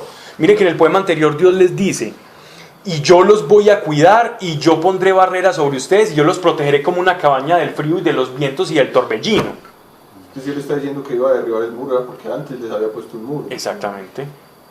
Yo los protejo, yo los cuido, pero si ustedes hacen las cosas mal, yo me quito de acá. Entonces cuando uno lee sin comprender todo el contexto y el principio de las escrituras, uno va a decir: ay, este Dios tan malo, ¿cómo leí eso? Uno abre eso y más bien se pone a leer cuando Dios dice es que Él es amor. Sí, porque a veces nos puede pasar, ¿no? Y yo no leo, pero es porque uno no comprende el contexto. Porque no comprendemos el contexto de lo que Dios le está diciendo al pueblo de Israel. Él está diciendo: miren, este es el modelo que ustedes violentaron y ustedes hicieron de esto un caos, una injusticia, una cosa terrible. ¿Qué pasó? Eso es donde uno abre ahí, no, más bien no me puede. Pablo, pero hasta cierto que, o sea, obviamente esto todavía funciona. O sea, Dios sigue siendo, pues... Pragmáticamente funciona. Es decir, si uno lo aplica de manera pragmática, funciona. Pero el problema es que usted no puede modificar el corazón. Un sistema político no cambia el corazón del hombre. Y el egoísmo es nato en el corazón del hombre. Entonces, si usted, por una ley, intenta hacer que una persona deje de ser egoísta, se va a dar cuenta que no puede. No. Lo que yo digo es que Dios todavía actúa así. No, lo que Mari quiere decir es en la mayordomía, yo creo. Sí. No, eso sí, o sea que esa es la idea en la que nosotros tenemos que ese sería el modelo económico para Dios. Lo que yo digo es que Dios, sí, pero desde el amor, no desde la ley. Sí, claro. Claro. Sí, o sea, es que mira que el modelo económico se reduce a un principio. Hágale a los demás lo que le gustaría que le hicieran a usted. Pero lo que yo digo es que Dios todavía actúa, es de que si se alejan de mí van a tener consecuencias. Sí, claro. Eso todavía pasa. Sí, claro. Pero las consecuencias pasan es por uno. Pero nosotros tenemos que ver que en nosotros hay una diferencia al pueblo de Israel en este caso. Y es la diferencia, primero, del Espíritu Santo. ¿Cierto? Sí. Segundo, que Dios está habitando en nosotros. Entonces hay una palabra muy fuerte y muy hermosa que dice: y nada podrá separarnos del amor de Cristo, del amor de Dios. Pero ahí sería siendo ya hijos. Pero los que no son hijos, ¿eso ahí aplicaría para los que no son hijos o no? Vámonos al principio.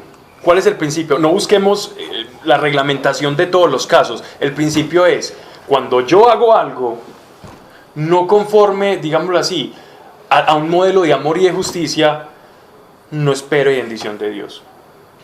Ese es el principio. Ya como reglamentarlo en cada caso o hacer casuística ya depende mucho del contexto. Pablo, no sé si me estoy haciendo entender con eso. Sí. No entiendo todavía el concepto de que juntan casa con casa y hacer... Hay de los que añaden casas a casas, de los que juntan campos y campos, los que acaparan, porque ellos comenzaron a entrar en un modelo económico de prestar dinero, ¿cierto? Entonces ellos prestaron unos y empezaron y con lo que tenían, entonces compraban, no eran ya dueños de la heredad que tenían, sino que le compraban a otro que estaba desfavorecido, por alguna necesidad le tocó pedir prestado. Entonces, después no pudo pagar, y dijo, hermano, usted no me puede pagar, entonces deme su tierra. Su casa. ¿Cierto? Y con eso la... Entonces ese ya se apoderó de lo que le correspondía a esa familia entera. Ese que no pudo pagar, y él se quedó con la heredad esa y con la de su familia. Entonces ese que no pudo pagar, ¿qué le va a heredar a sus hijos? Ser un obrero, ser alguien que va a trabajar el campo de otro. Un israelita siendo trabajador de otro israelita, cuando no era así. ¿Se dan cuenta cómo va cambiando el modelo económico de acuerdo a eso, a ese sentir? Y empezaban a acaparar, y eso se fue pasando de años, décadas y décadas y décadas. Entonces habían familias que habían acaparado un montón y seguían acaparando y acaparando, y otras nuevas que venían emergiendo que ya no tenían posibilidad de crecer en ese mundo civil. Pero entonces... Espérate que vamos. Toda la economía era en función de la tierra. Siempre, sí, era agrícola 100%. No, cada familia, cada núcleo trabajaba en la tierra, no había más. No había más. Y al que se diera su tierra por algún motivo, perdía. Bueno, pero también la economía se diversificaba. Por ejemplo, habían artesanos, habían todo tipo de, digámoslo así, de cosas. No todos eran campesinos de que trabajaban la tierra. ¿Ya? Tenían su tierra. Sí, pero tenían su tierra.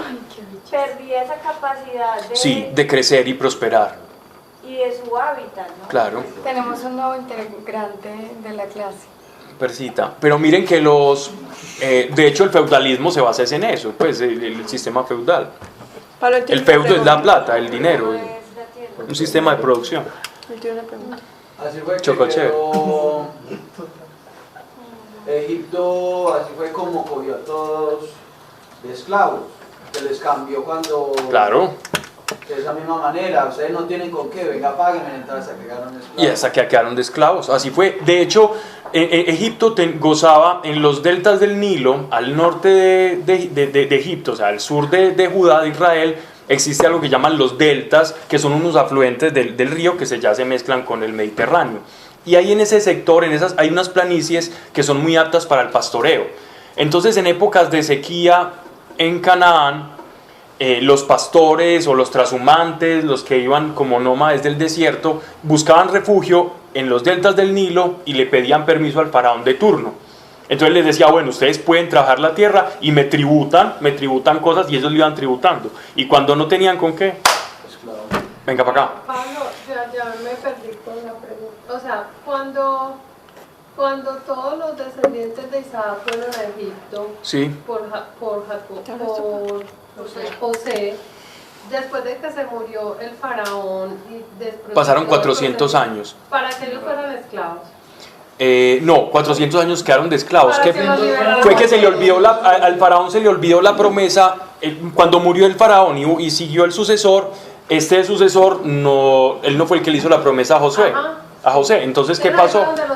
Ahí empezó. ¿Por qué se produjo esa esclavitud? Porque el pueblo de Israel comenzó a crecer, y los de Egipto sintieron miedo. Dijeron, esos están creciendo tanto que en cualquier momento una sedición de estos nos superan el número y se nos meten. Entonces, por temor, los fueron esclavizando. Hasta que llegó Moisés. Exactamente. Ok. Bien. Hay de los que añaden casas a casas, de los que prestar dinero no es malo, el agiotismo, el prestamista, los bancos viven de eso, ¿cierto? Estamos hablando de la economía y la precariedad de Israel. O sea, no vamos a pensar que es que, yo tengo una plática por ahí prestada, entonces, sobre hipoteca, y Dios dice que eso es malo. No, estamos hablando... Y sobre todo la intención del corazón del hombre. Sí, claro. La viveza, sobre todo. Sí. Estamos hablando de que ellos tenían una orden, un modus vivendi, ordenado por Dios, muy diferente al sistema económico que tenemos actual, al que nos tenemos que acomodar, ¿cierto? O coger una AK-47 e irnos al monte, pues, si no nos gusta.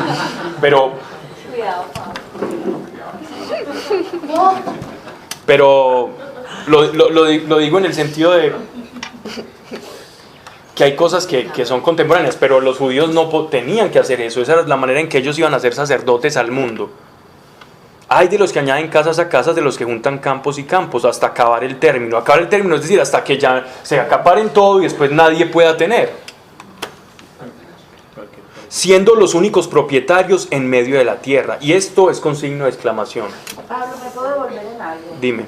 Es que me quedé pensando que es muy representativo que sea solamente que haya quedado el pueblo de Judá, de David y los levíticos, solamente esos dos para que pudieran ser sacerdotes. No, sobre todo para que naciera de ahí el retoño del Mesías. Jesús. Básicamente protegió a la simiente de David, en atención a la promesa que él le había hecho a David. Y daré descendiente. Los levitas era porque como Jerusalén queda en Judá, y los levitas estaban mayormente habitándose en las cercanías del templo, entonces por eso se salvaron muchos levitas, pero otros levitas murieron. Pero muchos se salvaron debido a que su cercanía al templo y el templo queda en Judá. Perdón de volverme a tomar, que Pensé que te ibas a devolver en el principio, eran los... Dice, a mis oídos ha llegado, a mis oídos, miren lo que dice nuestro Señor, a mis oídos ha llegado, es decir, los lamentos de la gente que está diciendo, pero ¿por qué? Esta es la tierra prometida, esto es lo que Dios nos ha dado. Mientras otros por allá están emborrachando y están felices, contentos, creyendo que están sirviendo a Dios y van y llevan ofrendas al templo, el pueblo oprimido está llorando y está gimiendo, clamándole a Dios, esta es la tierra prometida, esto es lo que nos ha dejado. Entonces Dios dice, como a modo de reclamo, a mis oídos ha llegado de parte de Dios de los ejércitos, que las muchas casas serán asoladas, las grandes y magníficas quedarán sin moradores.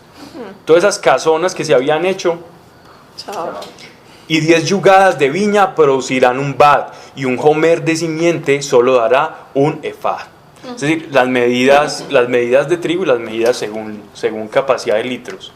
Miren. O sea, está diciendo que lo que podría producir mucho va a producir muy poquito. Es decir, va a quedar desolado. No va a haber nada. Son maneras de anunciarle y el por qué. Él les anuncia lo que va a pasar y el por qué está pasando. Y ellos siguieron de oídos necios. Y estas costumbres y estas prácticas siguieron en el pueblo de Israel. De no seguir esto no hubiera pasado. Porque las profecías no necesariamente son vaticinios que han de cumplirse. Las profecías son, haga esto, son exhortaciones, haga esto para que no le pase esto. Si siguen haciendo esto, les va a pasar esto. Las profecías no es, vea, se van allá, se va a dar, se dio. No. Las profecías no tendrían sentido. Exhortan. De hecho, miren, una de las profecías que cambió el curso de la historia fue la profecía sobre Nínive. Nínive era la segunda ciudad en importancia de los asirios, de estos tipos tan temibles. Recuerden el profeta Jonás, que él no quería ir a Nínive porque él sabía que qué miedo irme allá me cortan la cabeza. Por eso es que a Jonás se lo traga la ballena, porque es que los asirios eran muy bravos. Entonces yo voy a decirles que el Dios de nosotros les está diciendo que no hagan eso porque les va a pasar eso. No, yo no voy. Se lo tragó la ballena y lo llevó y les dijo, miren, si siguen haciendo esto y eso, les va a pasar eso. Y los de Nínive se arrepintieron y lo dejaron de hacer. Esa es la señal de Jonás. Eso ¿sí? es lo que se llama la señal de Jonás. Eso. ¿Qué es eso? Que en los evangelios más que la señal de Eso es. Jesús dice eso, que no recibirán más que la señal de Jonás. Bien señal. O sea, como que una advertencia ya, eso es lo que les va a dar Dios, nos va a dar Dios. Y ambas, la advertencia y que si se arrepienten, si no se arrepienten les va a pasar eso. Ahí él tiene que hablar el Evangelio. Con lo de Juan el Bautista. Sí, claro, lo que están escuchando le está diciendo a los que lo están contradiciendo. Es la de Juan Bautista, ¿no? Eso no está relacionado. No. Sí, está claro, sí está por el arrepentimiento, claro que sí está relacionado, sí, total, está relacionado. ¿Y porque Juan anunció? La señal de Jonás es, yo les voy a decir a ustedes que se arrepientan. Quieren que baje fuego del cielo, que yo me transfigure delante de ustedes para que ustedes digan, wow, si es el Mesías. No, la señal que les voy a dar es arrepiéntanse, como Jonás le dijo al pueblo de Nínive. Ajá. esa es mi señal para ustedes. Si se arrepienten les va a pasar esto, van a tener vida eterna y van a dar testimonio de mí. Si no, chao. El pueblo de Nínive se arrepintió y no fue destruido. O sea que la profecía no solamente te dice llegarás a ese punto, sino haz esto para que no te ocurra eso. Verso 11. Creo que me da tiempo de llegar al llamamiento de Isaías. Verso 11. Hay de los que se levantan con el alba para seguir la embriaguez. Estamos hablando en torno a las fiestas del tabernáculo. Y de hombres y personas que ya habían acaparado la riqueza que le correspondía por heredad al pueblo y por ley. Y de manera, entre comillas, justa. Porque si yo presto plata y alguien no me paga, es justo que yo me quede con algo en proporción a la deuda. Pero esa justicia para Dios no es tal. Dios les había puesto una justicia muy por encima de la justicia humana.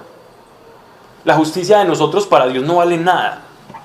Para Dios no vale nada una sentencia. La sentencia de 3 jueces para Dios no es jurisprudencia. Dios no tiene... Dios no tiene... No hace ley, pues. 50% de la clase entiende, el otro no. Para Dios la justicia nuestra no vale. La justicia de Dios es, si usted tiene un hermano, una viuda, ¿a qué consolar? Vaya, dele consuelo, esa es mi justicia.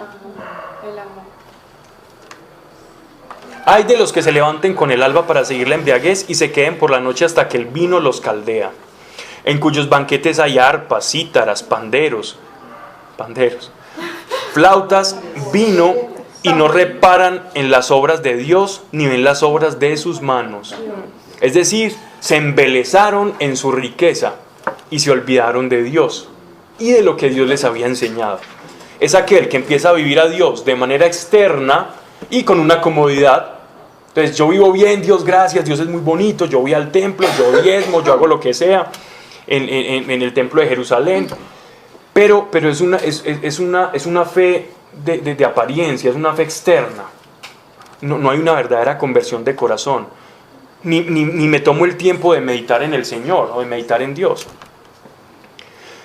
Por eso mi pueblo será llevado cautivo sin que se dé cuenta, y sus grandes serán consumidos por el hambre, y su vulgo se secará de sed. Por eso el Seol ensanchará su seno y abrirá su boca sin medida, y allá bajará su nobleza y su plebe, su bullicio y alegría. Aquí se está refiriendo obviamente a las dos castas, por decirlo de esta forma, en Israel: la plebe, la clase desfavorecida, y las autoridades civiles que gozaban de más riqueza. Ambos es como si se fuera a abrir el Sheol. El Sheol es un lugar en que los judíos llaman que queda en el centro de la tierra, donde mora como el espíritu humano. Ellos todavía no habían desarrollado como una teología del mundo espiritual, porque no habían tenido la revelación. Si hay algo bueno del pueblo judío, es que ellos no se ponían a inventar nada. Si ellos tenían la revelación de Dios, hablaban de eso. Si no tenían la revelación de Dios, no hablaban. Entonces, cuando llegaron los griegos y se encontraron con el pueblo judío, muchos de los griegos en el año 300 a.C. se comenzaron a sentir mal porque veían a los griegos hablando del Hades, de los cielos, hablando de filosofía. Llegaban los sofistas, de matemáticas, y los judíos se veían hablando solo de Torá y lo que Dios les había dicho de su ley, y muchos de esos judíos se sintieron como mal en comparación a los griegos con su gran cultura, y empezaron a mezclar la escritura, la Torá, su ley, con las cosas griegas.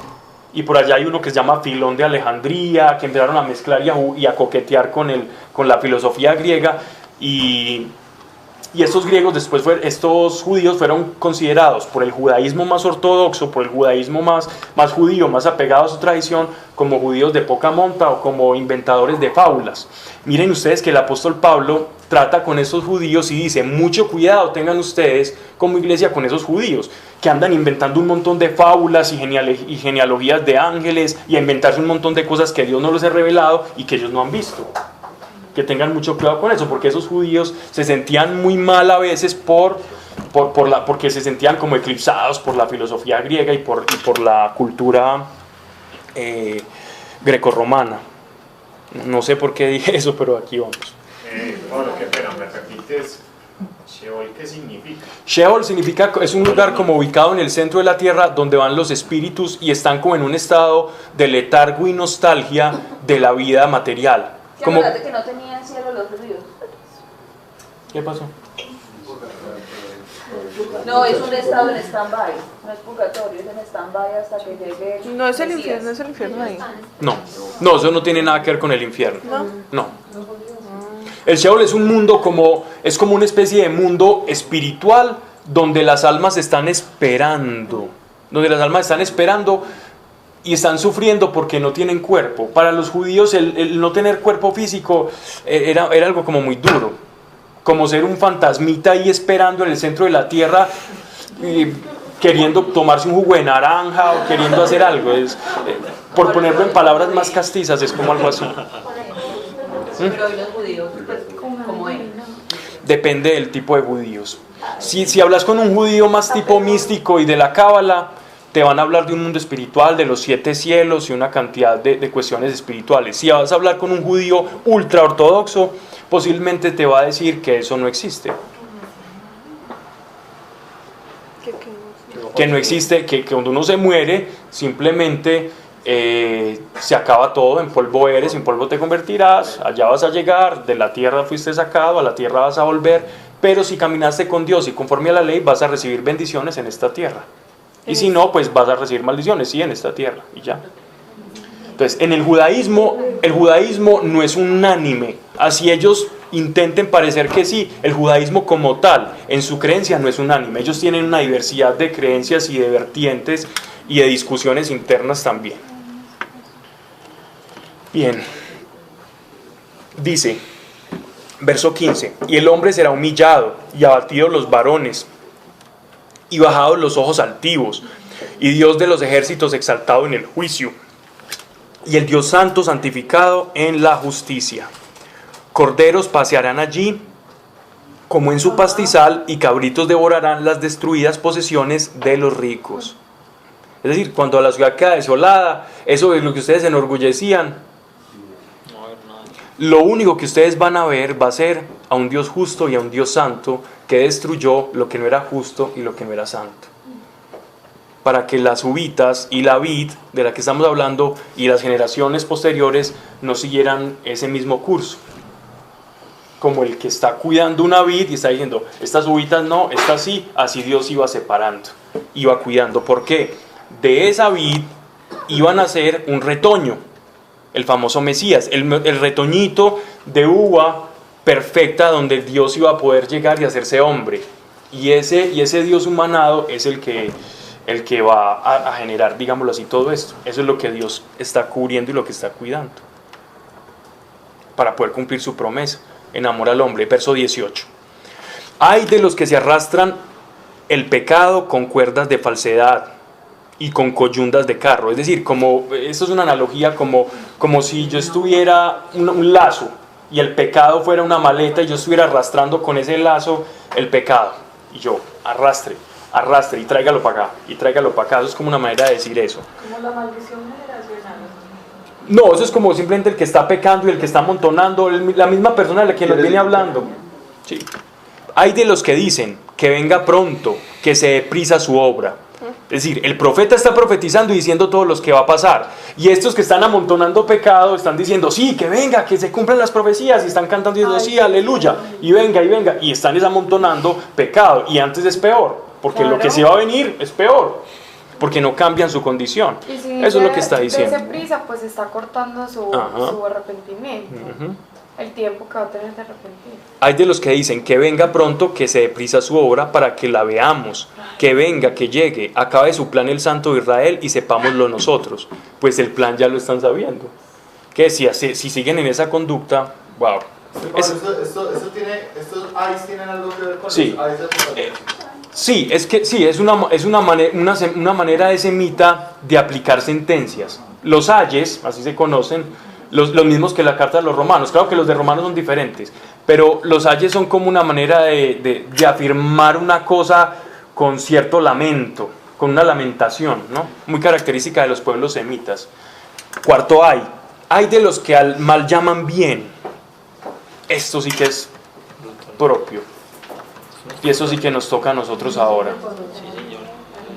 Como antes existían aquellas personas sofistas, carreños y personas que podamos buscar, que parecen muy sabiondos y que empiezan a confundirnos a nosotros porque causan confusión y empiezan a decirle a las personas, miren, es que esto no es malo, es que esto es bueno, es que hacer eso no es malo, eso es bueno, es que usted tiene que evolucionar su manera de pensar. Es que eso, hombre, eso es de los dinosaurios, viejo, porque ustedes siguen pensando así, ¿cómo así? No, es que mire, las cosas van cambiando, no, evolucionemos. Esos sofistas siempre han existido, existieron con los griegos, existieron en el pueblo judío, esos que nos vienen confundiendo a nosotros como adornados de cierta autoridad civil y entre comillas moral, y nos empiezan a ofrecer una verdad moral diferente a la que Dios nos está ofreciendo.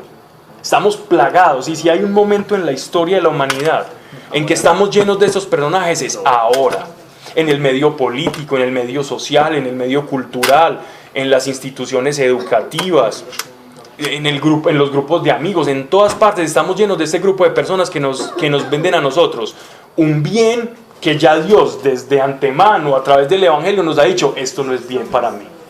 Pablo, pero entonces, bueno, pues dentro de lo que se tenía, dentro de la concepción que tenía yo de Dios, o sea, Dios no es cambiante, o sea, hablo en el tema de la palabra. Ajá. Entonces, o sea, hace referencia a las corrientes externas que vienen o a la propia experiencia de la gente del mundo. Ajá. Pues haces más referencia a eso, no a un conocimiento un conocimiento sobre Dios de alguien que no asumió bien y viene a cambiarte como el plano de exacto, Dios. Exacto, sí, más algo como el mundo, están hablando más algo como el mundo, por ejemplo. El matrimonio igualitario, entonces dije, pues eso es evolución. Pero entonces exactamente. Dios dijo, oye, eso ¿Cuál no fue? es. Exactamente. Al tema, por ejemplo, ayer de Mariana, que fue el del sometimiento, de someterse. O sea, si en este punto del partido se habla de que una mujer se tiene que someter a un hombre, lo hablamos en la calle, pues a mí me golpearía. No lo vaya a decir, no le da mucha mujer. Dice que es un sometimiento a un hombre. Montemos una tienda de cadenas ya. No vaya a decir eso, no vaya a decir eso, se hablan muchas mujeres, viejo, porque le dan duro. Exactamente, sí. O cascan bien. Es que la palabra someter, que es la que traduce la Valera del 60, es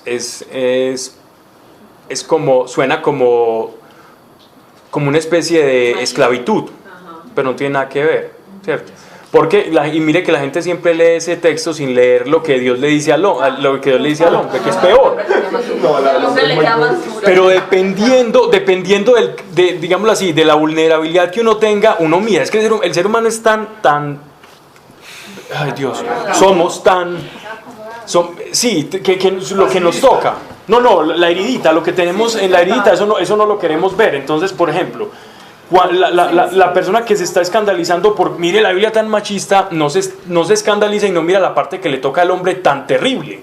Digo terrible en el buen sentido. Eso tan duro, tan rudo lo que Dios le está diciendo al hombre. Porque si Dios le dice a la mujer, sé sumisa a tu marido, le dice al hombre, ama a tu esposa como Cristo amó la iglesia.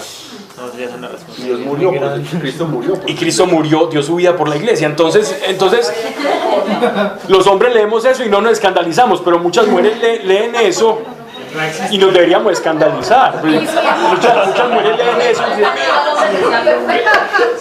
y les está pidiendo. Porque, es decir, a la mujer Dios le dice, sea obediente, reconozca cierta autoridad en su esposo, autoridad espiritual, como una especie de sacerdote de la casa que ha de enseñarle la ley y la espiritualidad a sus hijos y que tiene que responder a Dios por la familia. Es que Dios le está diciendo al hombre, mire, yo pongo un orden en la familia y a mí me ha gustado así, Dios por algo lo hizo. El orden que yo pongo en la familia es el siguiente: usted, varón, me va a tener que responder por la espiritualidad que se vea en su casa. Él es el sacerdote de toda la casa. Por cómo le enseña usted a sus hijos la ley, así como por eso los judíos eran tan juiciosos y se ponían a explicarle la Torah, porque decían, nosotros tenemos que cumplirle a Dios. Y a la esposa le decía, y usted, él va a ser esa cabeza espiritual, porque él va a tener que responder a mí. Usted no va a tener que responder a mí por la espiritualidad de su casa. Entonces ya esa carga la mujer se la quita, esa carga es para el hombre. Pues pero es así, no es que estemos hablando de la época judía. No, es así. Es así porque mire que en el Nuevo Testamento sigue siendo así. Y le dice a la mujer, y ahora usted, eso sí, lo que él pacte y haga conmigo, estamos hablando de un matrimonio de creyentes, no estamos un matrimonio que no crea, un matrimonio que no crea, ¿qué cabeza espiritual va a ser? Es completamente acéfalo, eso no tiene cabeza, es la cabeza del tipo ya. Es que ni siquiera es un matrimonio, ahí no está Dios. Entonces le dice él, bueno, mujer, entonces usted obedezca a este hombre y sígalo, no más. Porque si él se supone que tiene una relación conmigo, lo que yo le diga es lo que usted también tiene que seguir, porque usted me sigue a mí. Y mira, Pablo, eso es todo. Que Dios le dice a la mujer debe orar por el hombre. Claro. Todo el tiempo. Todo el tiempo La mujer debe orar por el para que Dios le dé la sabiduría. Y si ustedes se dan cuenta, ustedes mujeres, cuando una mujer se siente amada, eso responde fácil, es muy dócil.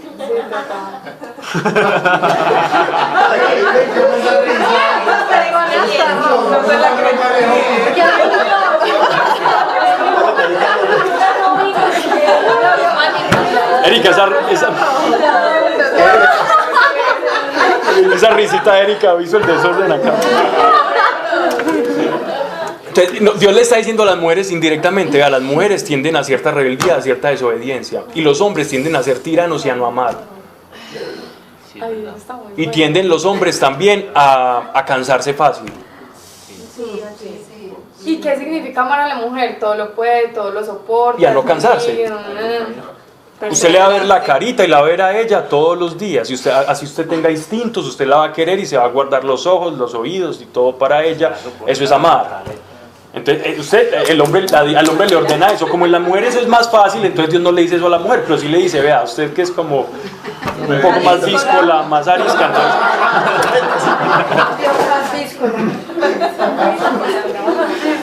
Pablo, indirectamente está diciendo los vicios de género ahí y los está atacando directamente.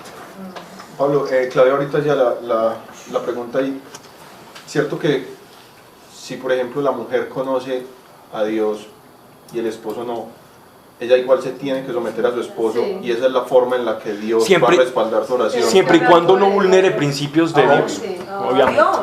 Pues no, Dios no vulnera principios de Dios. No, siempre y cuando el hombre no te pegue, ni te lleve, ni vulnere principios, que diga, bueno, entonces ya nos vamos a ir nos vamos a ir a apedrear cristianos allá, a Siria, vámonos en el plan, pues. Entonces se va y él, claro, porque tú eres la cabeza, entonces yo me iba a hacer algo en contra de mi propia identidad espiritual. Obvio, pues. Estoy poniendo una cosa extrema. Tiene que ser un hombre divino. No tiene que ser un hombre de Dios, pero él se tiene que... O sea, si el esposo dice, en esta casa uno se levanta a las 4 de la mañana. Por eso es que es importante, conocer a una persona antes de casarse. Sí, claro. Claro, es como a los papás, o sea, a los papás se les somete en todo. Indecido. El truco es que cuando usted su esposo le diga que se levanten a las 4, entonces usted va a ir de rodillas y le dice, Dios, por favor, decirle que a las 6, Dios. Y después tu esposo va a decir, amor, ¿sabes que lo pensé bien? A las 6. O puedes hacer otra cosa, vas y después le dices, mi amor, pero a las 4 de la mañana tú no me amas. O sea, por lo menos lo pone a pensar. Y la mujer siempre va a ir a decirle, amor, yo pienso que nos deberíamos levantar a las 6. Sí, claro. Pero decide tú, entonces ya queda como... Esta sí me respeta, no, pero es que a las 4 sí es muy temprano, no. Pero cuando la pareja no está de acuerdo, eso es muy delicado, porque el hombre no es que lleve una tiranía en la casa o que todo lo que él diga es lo que se haga, no. La sumisión es muy diferente a eso. Porque igual Dios dice que tienen que ser una sola voluntad. Si son una sola carne, tienen que ser una sola voluntad. Si la mujer siempre está en desacuerdo con todo lo que el hombre esté haciendo, entonces ahí va a haber un problema. Y puede que la bendición de Dios en esa casa sea estancada. Porque imagínate una mujer pidiéndole una cosa a Dios y su pareja pidiéndole otra cosa, entonces Dios a cuál le va a escuchar. Al hombre, bueno, ¿a cuál? Ustedes son una sola carne, tú me estás preguntando una cosa, tú otra. Por eso tienen que orar juntos y ponerse de acuerdo. Y ponerse de acuerdo, es que ese es el propósito. enseñando Dios, vea. Tienen que poner hierro con hierro. Es ponerse de acuerdo, ¿cierto? No, pero pues no, esto es como una duda generalizada, como que incluso ayer era súper reiterativa y hoy. Sí, el sometimiento el sometimiento, la sumisión es aceptar. Sí, claro, no, es obvio. Y es aceptar también, la sumisión es aceptar la autoridad espiritual del hombre que Dios le ha delegado al hombre en la casa. Sí, total, eso es la sumisión, no más. Obvio, es que el amor es más que el respeto.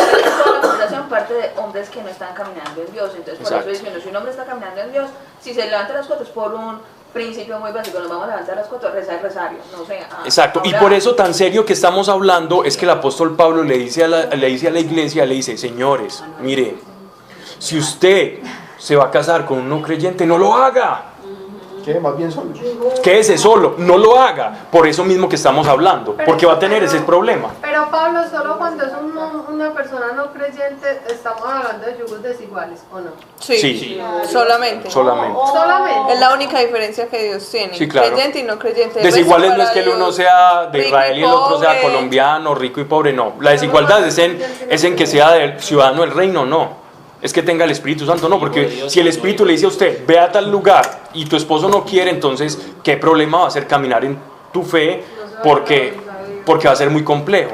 Es importante analizar los propósitos, por eso es tan importante conocerla a la otra persona, porque si no, pueden ser muy de Dios, muy de todo, pero tienen dos propósitos distintos, se enamoran, y uno va para un lado y el otro va al otro, entonces no se van a entender tampoco, a alguno le toca sacrificar el propósito. No, el yugo desigual se refiere solamente al creyente y no creyente. Vive muy maluco, hay uno que vive muy maluco porque le toca Pero si una pareja de creyentes se casa, él tiene que tener el mismo propósito, pues, porque Dios le va a decir al hombre, mire, usted tiene que tomar las riendas para acá, y por eso es que Dios le demanda eso al hombre. El hombre es el que va a determinar la dirección espiritual de la casa, no la mujer, ¿cierto?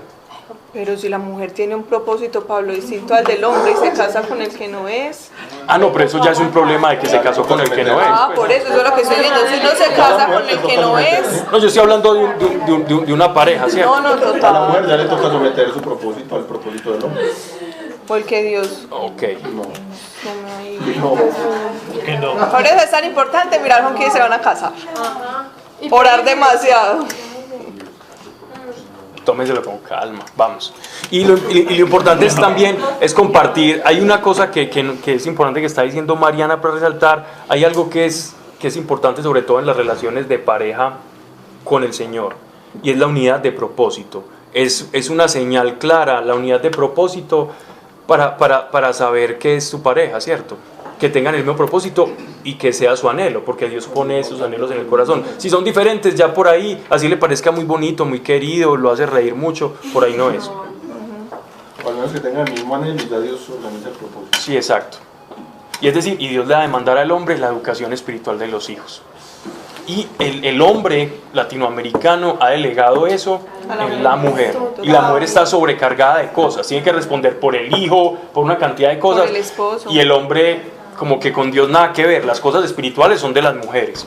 Y los grupos de oración, si tú ves, el 80% son mujeres orando por el esposo que no cree o que es medio sí. Por el esposo, por el hijo, para que se convierta. Y es una familia completamente desbalanceada. Y una familia desbalanceada en los propósitos de Dios difícilmente va a dar hijos balanceados. Claro. Yo tengo una pregunta, y es que justamente cuando hablamos de este tema, yo fui quien habló, pues como que hice la pregunta de los yugos desiguales. pensé que me había quedado claro, pero voy otra vez, porque es que ayer yo hice esa pregunta, que entonces por eso era que no tenía sentido que se casara una creyente con un no creyente, y lo que me respondieron era que pues si llegaba a pasar, como que entonces la mujer lo que hacía era seguir al hombre, pues al no creyente. Entonces hoy otra vez me quedó como... No puede seguir al no creyente. Porque ayer llegamos a la conclusión, ¿cierto? Dieron el ejemplo de hecho de Lo que pasa no es eso, o sea, cuando la mujer conoce a Dios o el hombre conoce a Dios, alguno de los dos conoce. Pablo, sí, me equivoco, me decís por favor. La somete.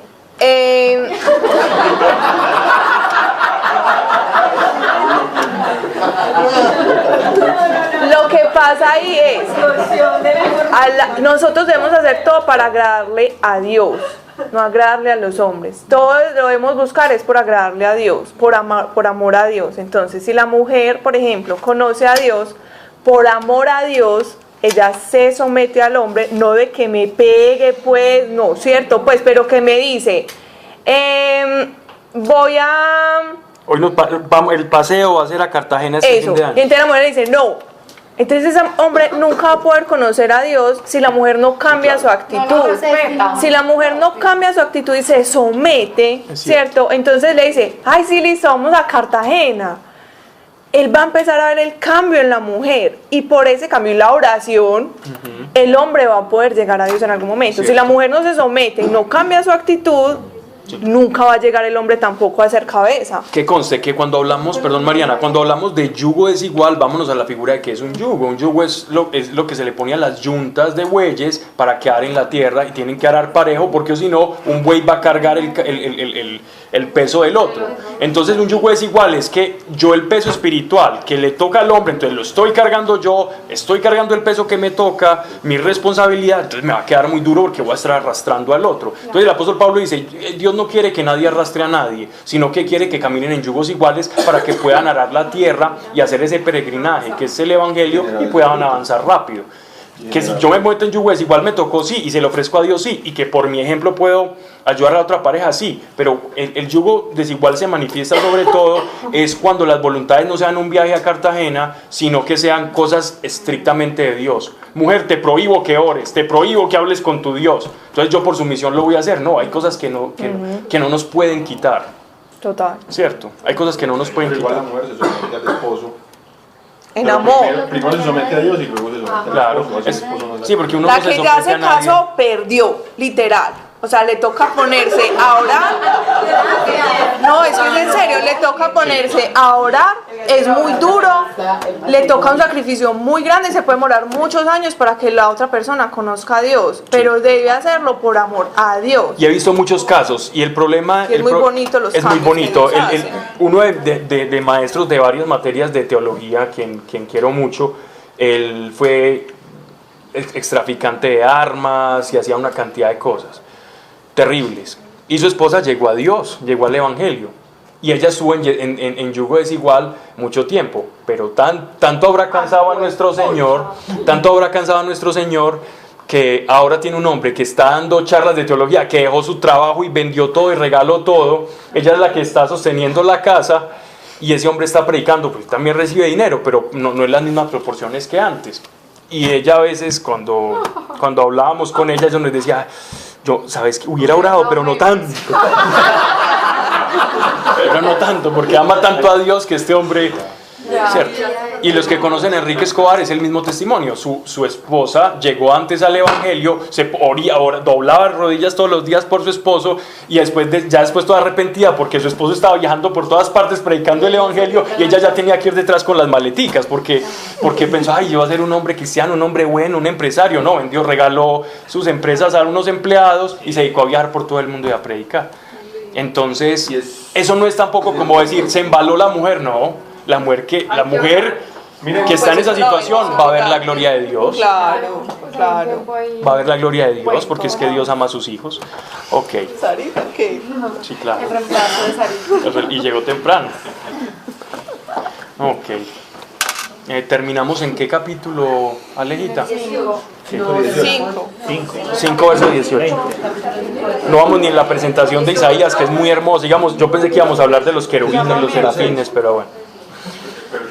Bien, vamos a agradecerle este tiempo a Dios. Para mí es un placer volverlos a ver, es muy grato, es muy agradable, es muy rico poder estar aquí todos reunidos porque no estamos simplemente con el propósito de vernos, sino de todos acá. Nuestro objetivo es, queremos conocer más a Dios. ¿Qué nos dice en su palabra? ¿Cómo aplicarlo? Para, en la medida en que lo conozcamos más, poderlo amar. Porque cada vez que Dios nos va mostrando alguna faceta de Él, pequeña, grande, lo que sea, es imposible no amarle más. Porque Él lo va como embelezando a uno. Señor, gracias, te damos por tu amor. Te damos gracias por la presencia de tu Espíritu aquí en esta reunión, porque esto solo es posible por tu voluntad. Tú sabes que es un horario, las personas llegan de trabajar, de estudiar algunos, y aquí estamos firmes, queriendo conocer cuál es tu voluntad, Padre. Que has hablado a través de tus profetas, de nuestro Mesías, de nuestro Señor. Te damos gracias. Gracias. Porque a pesar de nuestros pecados, a pesar de cómo éramos y cómo seguimos siendo en algunas cosas, Señor, tú nos miraste desde hace mucho tiempo, Señor. Ni siquiera habíamos nacido y ya nos habías separado para hacer de tu viña, para hacer de tu reino y para inscribirnos en ese libro. Gracias, Padre, que no se haya dicho aquí cosa alguna que no te haya agradado. Si es así, Señor, sáquela de nuestra mente, corazón y memoria. Mas si algo hemos dicho acertado y conforme a tu revelación y voluntad, que pueda permanecer en nuestros corazones y que podamos transmitirlo a otros a través de nuestras obras, en el nombre de nuestro Señor Jesucristo. Amén. Amén. Amén. Gracias. Gracias, Pablo. Gracias. Chao.